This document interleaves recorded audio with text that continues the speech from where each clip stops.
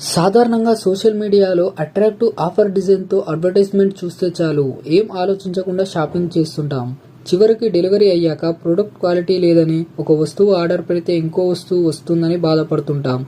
అందుకే online shopping చేసేటప్పుడు కొన్ని విషయాలు గమనించాలి. అవేంటంటే, మనం ఆర్డర్ చేసే వెబ్ స్కామ్ లో URL లో HTTP కాదు HTTPS ఉండాలి. HTTPS అంటే మీరు ఉపయోగిస్తున్న వెబ్సైట్ కు అనుసంధానంగా ప్రోటోకాల్ పనిచేస్తుంది. అయితే కొన్నిటికి HTTP అని, మరికొన్నిటికి HTTPS అని ఉంటుంది.